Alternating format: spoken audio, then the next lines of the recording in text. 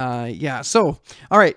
P66 and P75. You caught my eye, Get Gnome, because that segues into the next discussion point here. So P66 and P75 omits it. Wesley Grau said. So how do we respond to this? Very simply.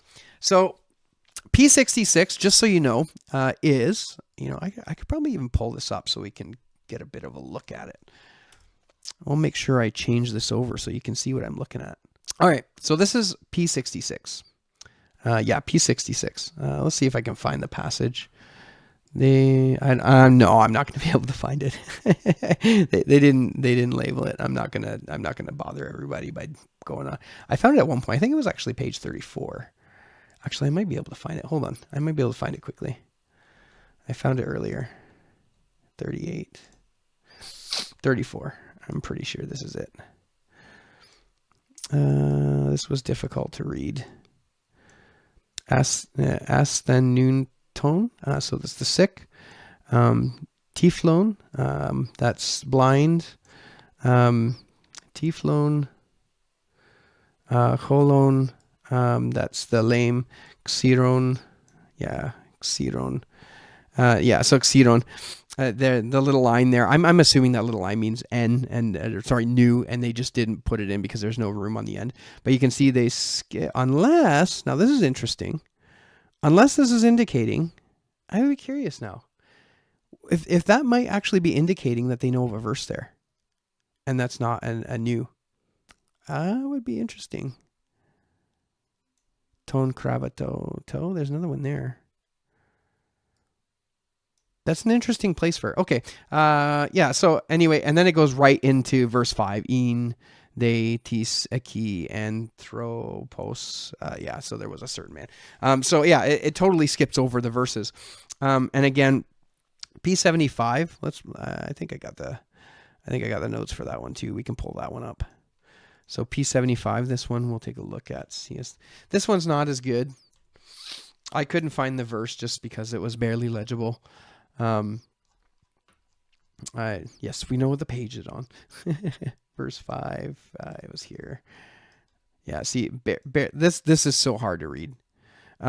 So I'm not going to bother to try to find the verse here. But just take my word for it. It's not there, right? Maybe I'll find it. Where is it?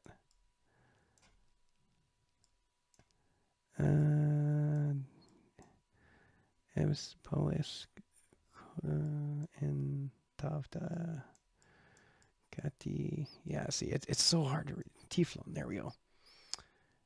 Un ton Tiflon holon xiron. There it is. And then it goes in de tis anthropos. Okay, so there it is. Right, it's right here. I can't make it bigger. Yeah, but it's right there. So you're right. So P66 and P75 don't contain the verse. And you may be going, well, you know what? Those are really early. They're like 2nd and 3rd century. This is like the earliest reference we have. But I want to point to something I found in Wayne Mitchell's Greek New Testament. So he has an introduction like the rest of them. And I'll just read the interesting bit about the early papyri. He says this. He says, however, talking about a number of manuscripts, actually, talking about the papyrus. It says, however, recent studies have found that early manuscripts were not immune from extensive accidental omissions. Of particularly note is the study by James Royce on 6 important early papyri, P45, P46, P47, P66, right? P72, and P75. So these papyrus are listed as potentially having issues with extensive accidental omissions, which found 109 instances of scribal leaps resulting in omission, and that scribes tended to omit text rather than add text. See first footnote. So so I got a footnote down here. I'll share what that is in a moment.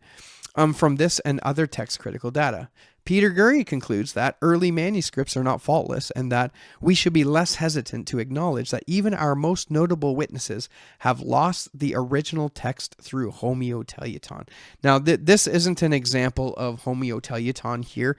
I didn't see it, but But there does seem to be a recognition that the papyrus are somewhat problematic in the sense that they often have these, quote, extensive accidental omissions. Now, they came from Roy's Scribal Habits in Early Greek New Testament Papyri. It would be good to get a look at that. I think that was an article or a chapter in a book. I'm not entirely sure. But it is interesting to note how the papyri aren't necessarily all they're cracked up to be, so to speak. There's another interesting study. I didn't pull it up. Just again, I was running out of time today. But there's another interesting study about the papyrus specifically. Its kind of idea is to show that the papyrus and the stuff found in the Oxyrhynchus find that there's a potential that most of that could have been like practice work for practice scribes, and a lot of it being found in a legitimate junk pit. It's an interesting thought. Would make sense of what Royce is finding here among the papyri. So again, I'm not being so dogmatic about that. I haven't read the paper. I have seen it. I have marked it as interesting in my mind. I just haven't had a chance to look at it and read through it. But there is a potential that the papyri, and I mean, that makes sense because my understanding is that the text type, if you want to use the phrase, amongst the papyri is essentially non-existent. There's a sense in which they're kind of all over the place, that they're not very well attuned to each other, at least not in the sense like the later Byzantine texts appear to be. Anyway, so that's what I would do with P66 and P75. I think there's a lot of things to ask and a lot of things to answer first before we can come to any conclusion as to the quality of these manuscripts, right? Again, you go back to Bruce Metzger, and what does he say? Well, the earliest and best. Well, I don't know. It seems like, based on what we're seeing here, that the papyrus may be the earliest, but not necessarily the best. And there is a recognition now amongst text critics that earliest is not necessarily the best. And so, of course, CBGM is now more focused on the reading than the age of the manuscript.